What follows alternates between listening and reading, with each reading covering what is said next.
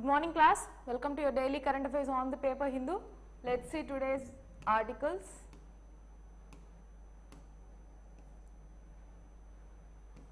Yes, SC bench 6 data on alternatives to hanging. So, most often this capital punishment, which is hanging to death, is considered as an inhuman activity. So, Mr. D.Y. Chandrachud, our current Chief Justice of India, has speculated that, has expressed his view, has asked government to produce the data of what can be the alternatives that can be taken instead of hanging. Is there any other situation or any other option of punishment that can replace the existing manner of hanging? That is what he has mentioned. So, see if there is a more humane method of execution that would render the present practice unconstitutional. A bench of Chief Justice D.Y. Chandrachud and Justice P.S. Narasimha has asked the government. So, government representative, the Attorney General R. Venkataramani, he was there. So, they have asked this Attorney General about what are the other ways instead of capital punishment. So, that is what on Supreme Court on Tuesday asked the centre to provide data that may point to more dignified. So, what are their conditions? That provide us the data which are more dignified, less painful, socially acceptable method of executing prisoners other than death by hanging. So, other than death by hanging, is there any other procedures which can be more dignified, less painful and societal way acceptable thing? That is what he has asked. So, the Chief Justice has said that there should be one particular expert committee be setting up. So, bench of Chief Justice and Justice Narasimha even mooted to set up. So, if they have asked the government, like, please set up an expert committee to relook India's method of this executing or putting to death its criminals. So, he asked the expert committee, and the expert committee should be having professional law, some national law universities members, doctors and scientific persons who can further replace and make this death by hanging as unconstitutional. So, what are the ways? That is what he has asked. Next, important, social justice, important. Next, IMF clears 3 billion loans, bailout, 3 billion bailout for Sri Lanka. So, we have known that Sri Lanka has witnessed, is still witnessing the financial crisis, and we were the one who supported Sri Lanka for getting this amount of $3 billion as a loan from IMF. We were the one who guaranteed IMF that yes, Sri Lanka will be paying, please issue the loan. That is why it has been issued. So, IMF has issued 3 billion extended fund facility EFF to Sri Lanka. So, identifying corruption as a key issue. So, when they give certain amount, they will tell the areas which Sri Lanka or any other country that needs to work on. To whoever the concerned country IMF gives the loans, it will give certain prescriptions. So, in the same way, IMF has told that it is the corruption which is the main, one of the main underlying reason for the ongoing financial crisis. So, please look into your corruption. Not please, yeah, you have to look into your corruption to get out of this financial crisis. So, that is the key issue, which is corruption. The governance diagnostic mission has started assessing Sri Lanka's governance and anti-corruption framework in its first exercise in Asia. That is what about that article. Next.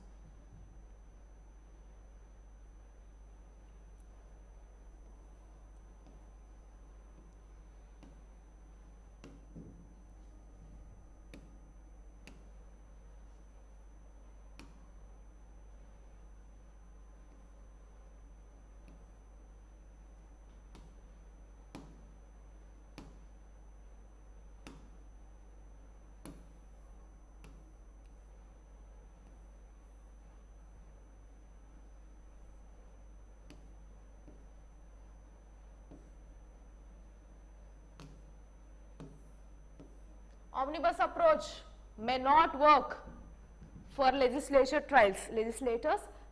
So, whoever are facing criminal cases, so the criminal cases charged on MLAs or MPs, whoever are there, MLAs or MPs, these persons are the legislators, right? So, for them, whatever the charges are being framed on them, that may be criminal cases or any other cases, for that the Supreme Court has suggested that there should be a state specific approach to set up a special court. So special courts for speedy trial purpose because of hiking up or because of growing criminal charges on the existing politicians. Supreme Court has suggested that statewide separate exclusive special court should be installed, and which helps for the speedy trial of legislatures. Even at its own amicus curiae flagged that the criminal cases against lawmakers have leaped. So the lawmakers, the criminal charges on lawmakers have leaped with over the 5,000 mark, with 400 of them concerning heinous offences. So currently the charges on the existing politicians have touched the mark of 5,000, out of which 400 were the heinous crimes. That means very harsh crimes, that can be rape or murder. So which are like heinous crimes. So those are around 400.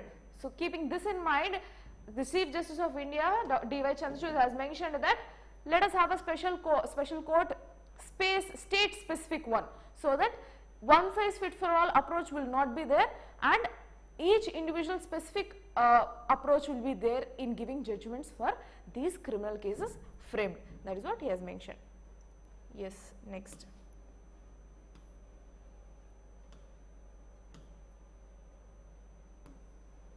Parliamentary panel pulls up railways over losses incurred. So currently there are revenue losses. Railways are running low as part of their revenue.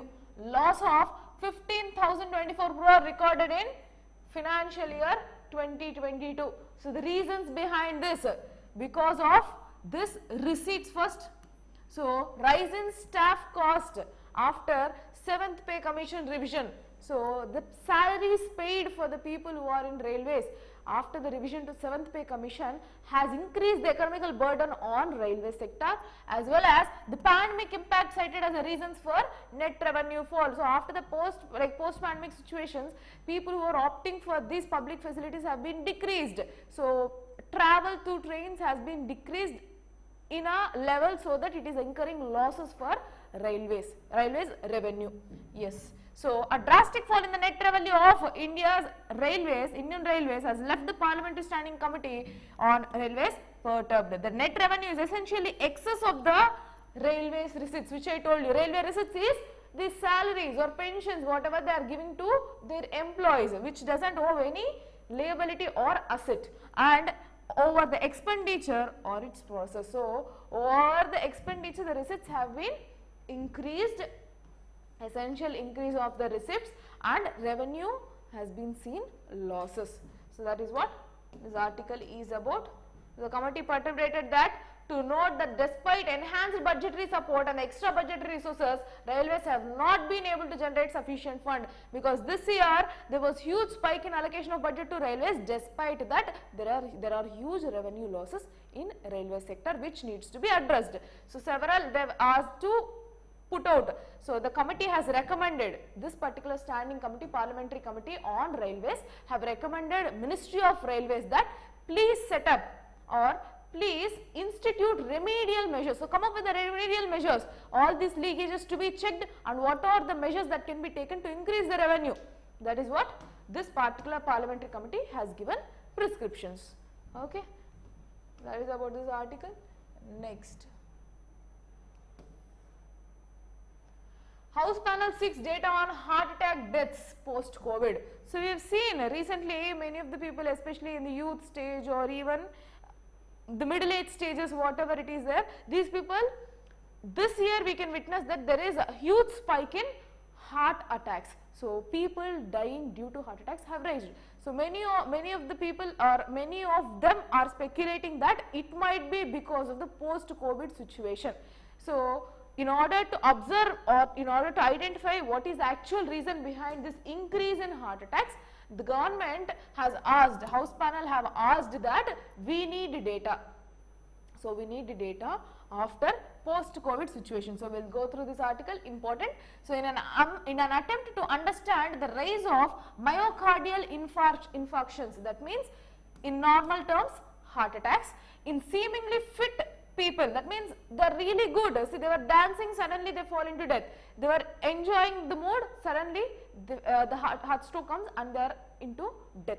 So seemingly fit people are witnessing this heart attacks following the COVID-19 pandemic. So the Parliamentary Standing Committee on Health and Family Welfare. So this is about Parliamentary Standing Committee on Railways.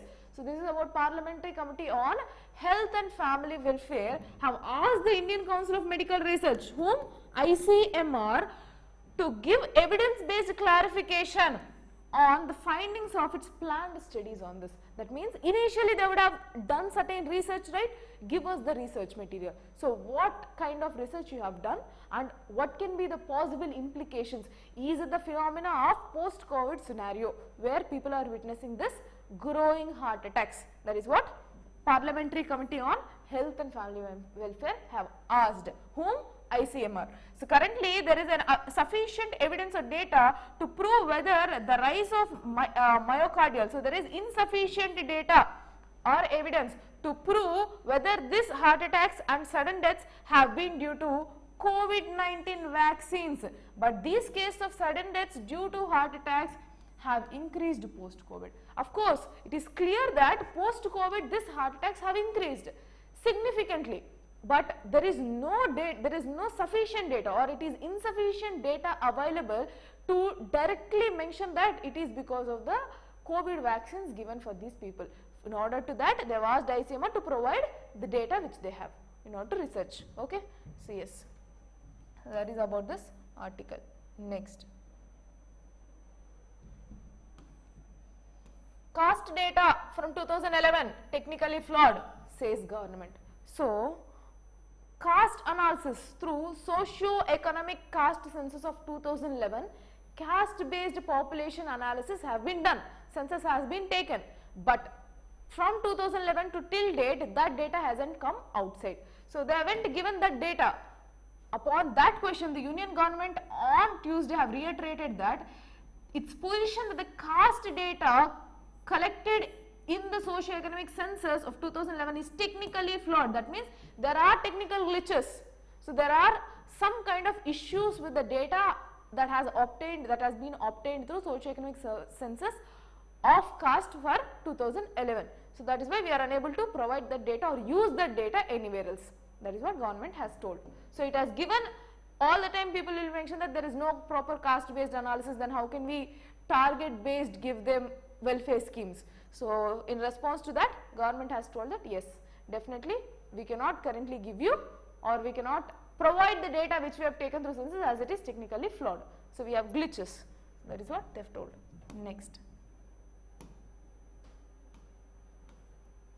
diaspora gathers outside Indian High Commission. So important for your, of course, internal security as well as other foreign policy too. So UK, this is happening in London, where Indian diaspora have showcased the flags stating that demonstration of solidarity in response to Khalistani protesters. So in UK, especially in this particular Indian High Commission place, pro-Khalistan movement people from Punjab have taken down the flag of India. In response to that, the members of Indian diaspora gathered in front of UK's High Commission and demonstrated their solidarity. So they have showcased the Indian flags, and that is why yesterday also we had one article where they have mentioned that it is the responsibility of that particular country to protect its diplomats who are coming to that particular country. It is responsibility of that country. So that is what India has given statement with respect to this particular movement. Okay, fine. Next,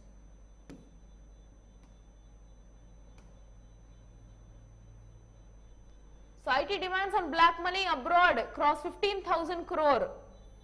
So every year, whatever the amount that has to be taxed, or that is undisclosed income overseas, that will be given. So that data, how much is the amount that is undisclosed income, that amount of data will be collected by Finance Ministry.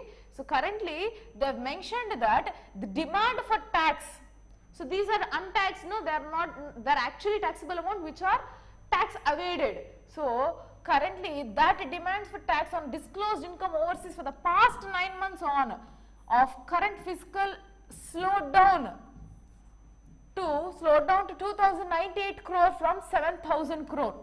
So in the last financial year, in financial year 21, not last financial year, compared to the previous year, financial year 21 showcases that this undisclosed amount was 5,350, whereas this year around in the financial year 2022 it was 5,000. So I need to give you the data, see clearly. In FY21 the undisclosed amount was around 7,055 crores. So 7,055 crore was the undisclosed amount, whereas in FY22 it was around 5,350 crore. 5,350 crore. Whereas in the past 9 months, so from that financial year, that means from April financial year to till now, till FY23 till now, the amount was 2,098 crore. So for the span of 9 months, it has seen decrease this amount of undisclosed. So this amount of undisclosed taxable amount or undisclosed amount that is been undisclosed income which has been left over in overseas, which is your undisclosed income which is actually taxable, but they are evading taxation on this, tax evaded. Okay, so that was around this much amount. Okay, April financial year, no? So near financial year. Fine. So the war against black money stashed abroad appears to have slowed down in the first 9 months. So in the first 9 months it has been slowed down.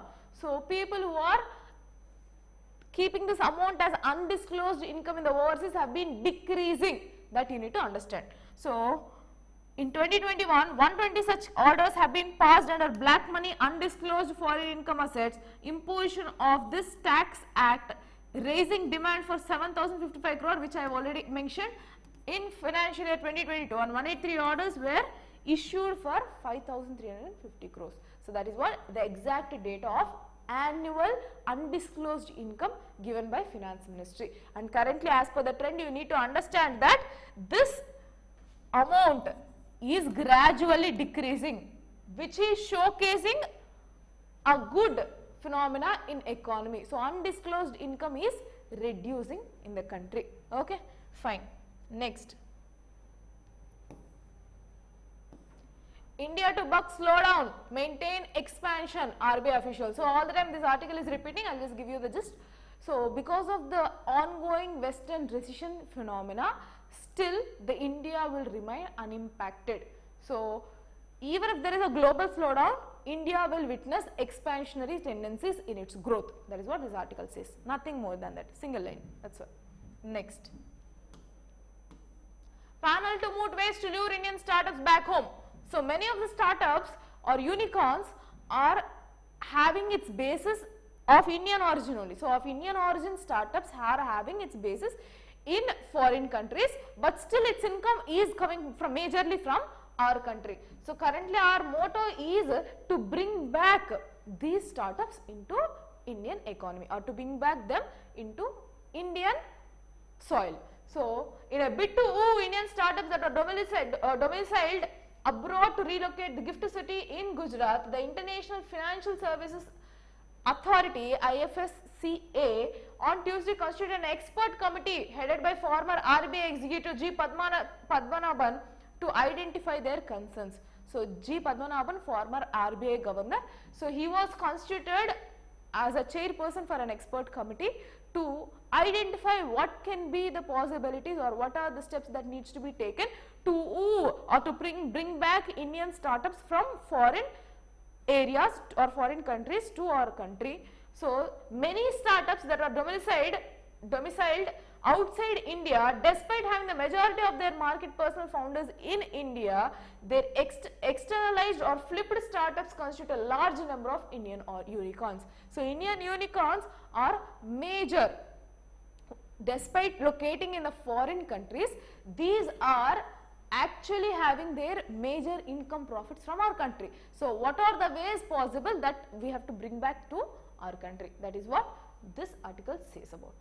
So, yeah, India is having currently the world's third largest startup ecosystem. So, India is currently, again your data reports or data which can be added into your answers. India is currently having third largest startup ecosystem with 115 unicorns, firm with billion-dollar valuation. So, unicorn in the sense a firm which has billion-dollar valuations for it. Okay, fine. So, that is about this article. Next. And another speculation is that it is further estimated that the Indian startups raised 44 billion in 2021. So, not proper analysis, but it is estimated that in the financial year of 2021 alone, $44 billion was the income generated by Indian startups. But that is not a proper data, reliable data. Instead, the one which you can understand is India is the third largest startup ecosystem prevalent currently in the world. Okay. Next.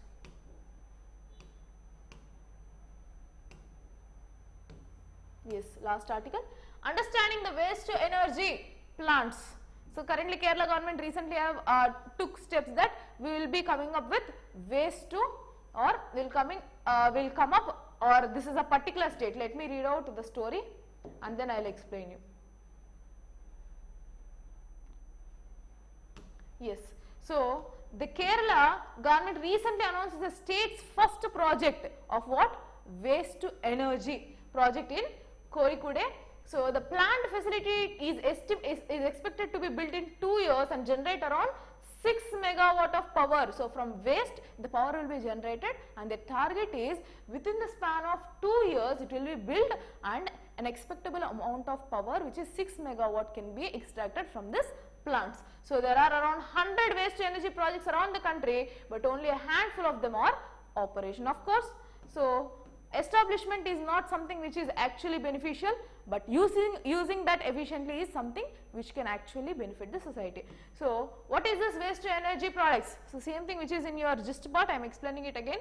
So, the waste to energy projects use non-recyclable, so it uses non-recyclable dry waste to generate electricity.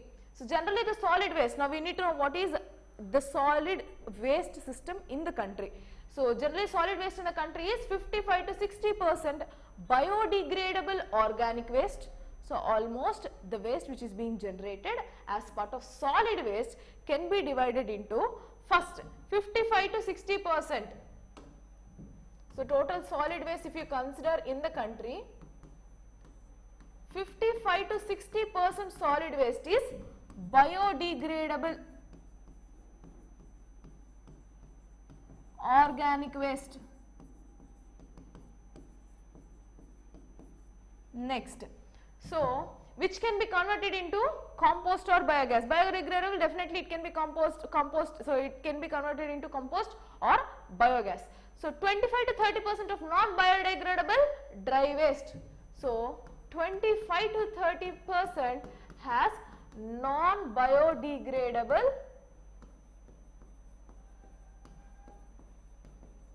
dry waste.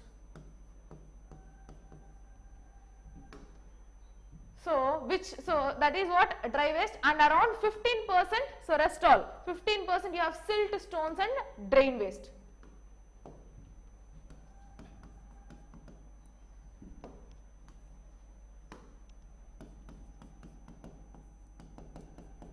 Silt, stone and dry waste. So, in this is the part which will be used to convert waste to energy. Okay.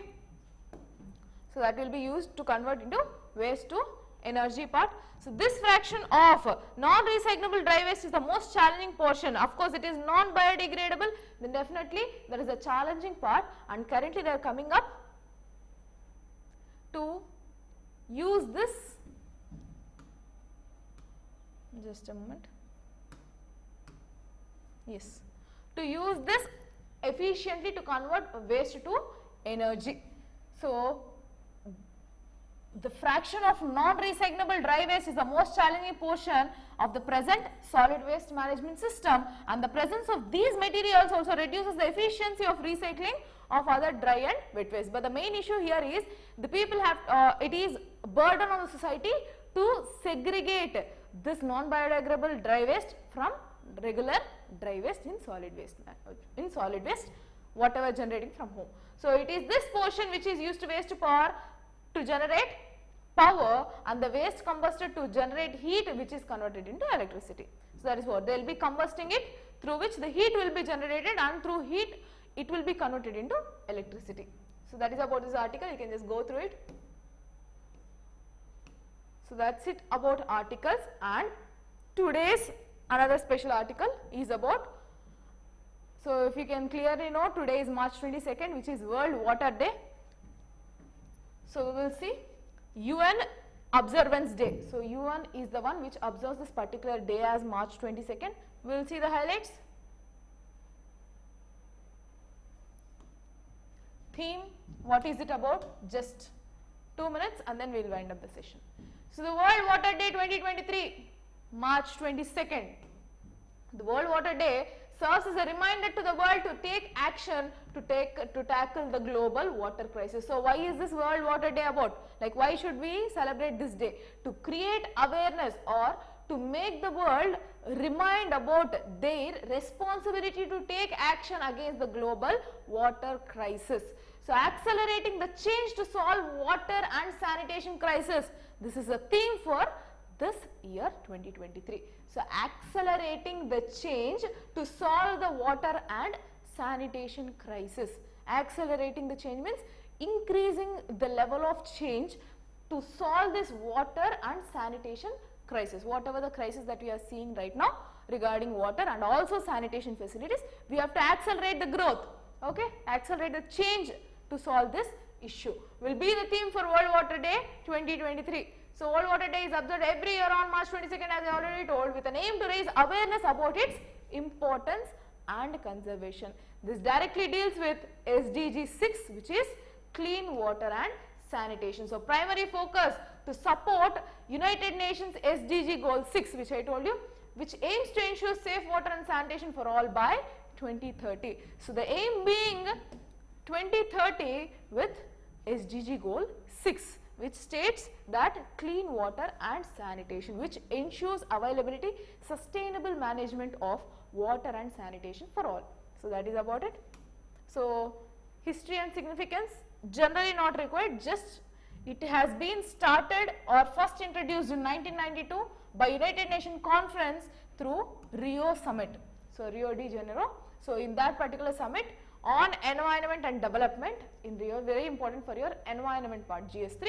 So the same year UN General Assembly adopted a resolution declared March 22nd as World Day for Water, and the observation of this event started in the next year 1993. So from 1993 the observance of this particular World Water Day have started. So the World Water Day serves as a reminder to the world to take action to tackle global water crisis, which I already told, and address all the critical water issues, sanitation issues, whatever the crisis that is existing as part of water management will be observed, and to tackle this day will be as a remembrance. Okay, yes. So that's it for today's articles. We'll meet tomorrow with tomorrow's current affairs. Thank you for the session. Good day.